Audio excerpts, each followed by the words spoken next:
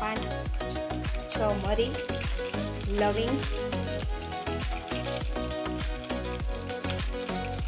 લસણ 4 કળી અને જે ડુંગળી કટ કરીને લીધી હતી એને ઉમેરી લઈશું.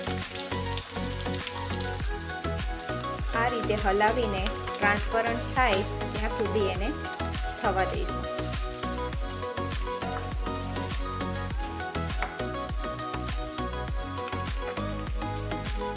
ડુંગળી ચડીને ટ્રાન્સપરન્ટ થઈ ગઈ છે તો હવે એમાં એડ કરીશું ટામેટાં.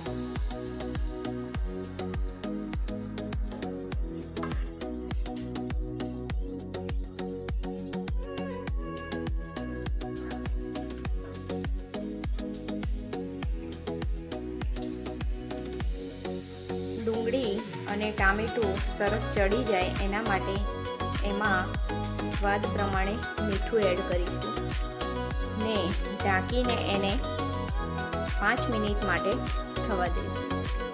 તો હવે 5 મિનિટ થઈ ગઈ છે અને ખોલીને ચેક કરી લઈએ.